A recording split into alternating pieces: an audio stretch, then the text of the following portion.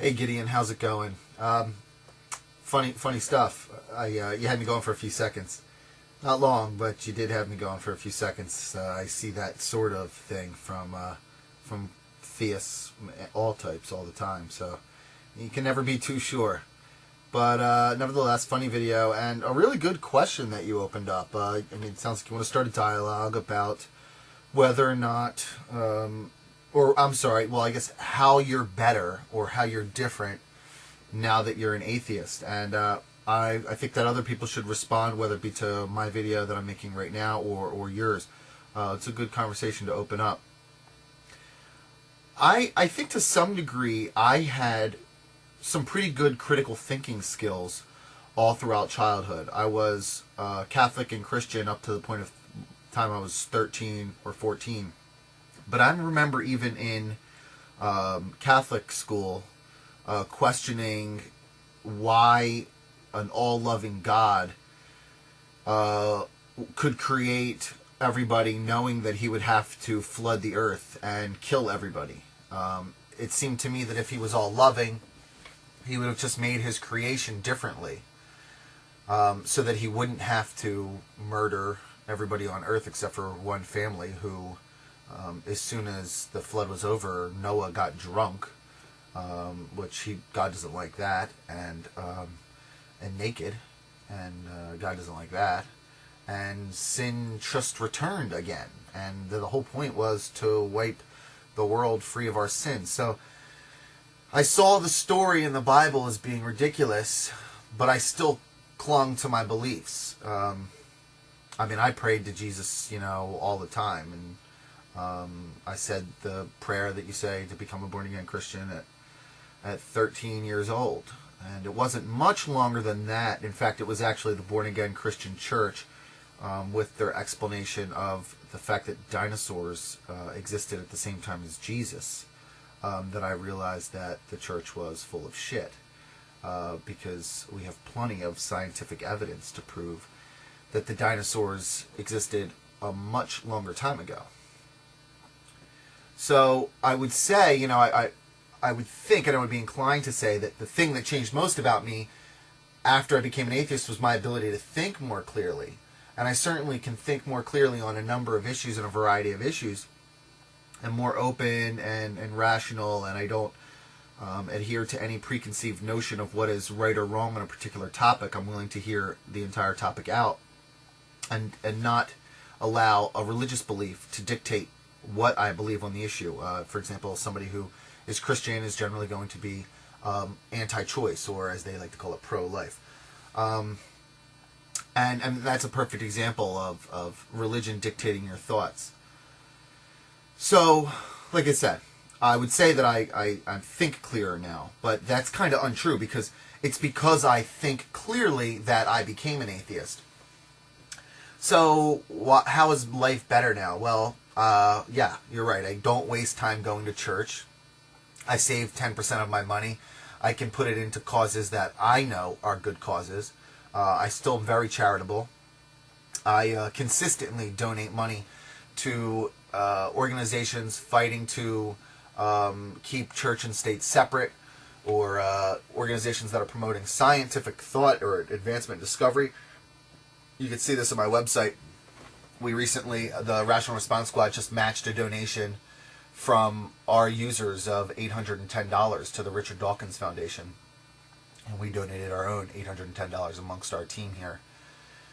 So, we're still very charitable. It's just that we can put that money where we know it's going to a good cause, instead of putting that money into a church where the church is going to use that money to brainwash more people. And in turn, those brainwashed people will, enable religion to do all of the dangerous things that it does. So, of course, I also can impart a clearer sense of reality to my children. I don't have to lie to them, teach them beliefs that I can't even prove myself. Being outside of religion, it was easy for me to realize that teaching your kids that Santa Claus is coming into your home isn't exactly the smartest thing. It always seemed weird to me, after I realized that Santa was fake and after I had my first child, that why would I lie to my son and teach my son at the same time to not be a liar? So I think if I would have been religious, in fact, anybody religious watching this video right now is probably not even understanding what I'm talking about. They're probably saying to themselves, "Oh, well, kids need fantasy and delusion and that, and they need that fantasy world." And that right there is the danger of religion. It clouds your vision. It makes you think it's okay to lie to your children under the guise that it's just a fun game. However, you take for granted the fact that your kids will love you if you merely tell them, "Look, Santa's fake, and I'm going to let you in on the secret, and I'm the one buying you all the presents, and I'm buying them for you because I love you. And I celebrate some sort of holiday at this time of year. I don't even know what you would call it. I mean, I think it's all silly. But to give my kids a sense of normalcy, I do give them a bunch of gifts. We've celebrated, in fact, many different holidays. Over the last 6 years, we've celebrated Saturnalia, Hanukkah, Kwanzaa, and Christmas. I think we've done Christmas like twice. And really, to us, it's just giving the kids the presents on Christmas Day. And we research, and I have little child books for them, like what is Hanukkah and whatnot, and we learn all the different traditions, but we learn them for what they are. They're simply traditions created by man who wanted to believe in a higher power, and they created the idea of the higher power. And so, in that sense, we have a much clearer perspective of reality. I guess just thinking critically is so important, and it's not just leaving religion that helps one to think critically. There are plenty of atheists that are poor thinkers out there. Don't get me wrong. And I implore those atheists to step up your game, step up your thought game, and I'm not sure really what else I want to say here, because I think that that's just so important in itself that there really doesn't need to be anything else. There really shouldn't be any other benefit. That's it. To be able to think outside of a holy book and to be able to interpret what you want to make out of reality without a pastor or a book telling you what to think is pretty darn important, especially when that book contradicts facts. There's so many facts that we have. I mean, I wonder how people justify some of these things, like this young Earth theory. This idea that the Earth is 6,000 or 10,000 years old is the equivalent of somebody saying to you that the distance between New York and San Francisco is a couple hundred feet. It's ignoring the facts.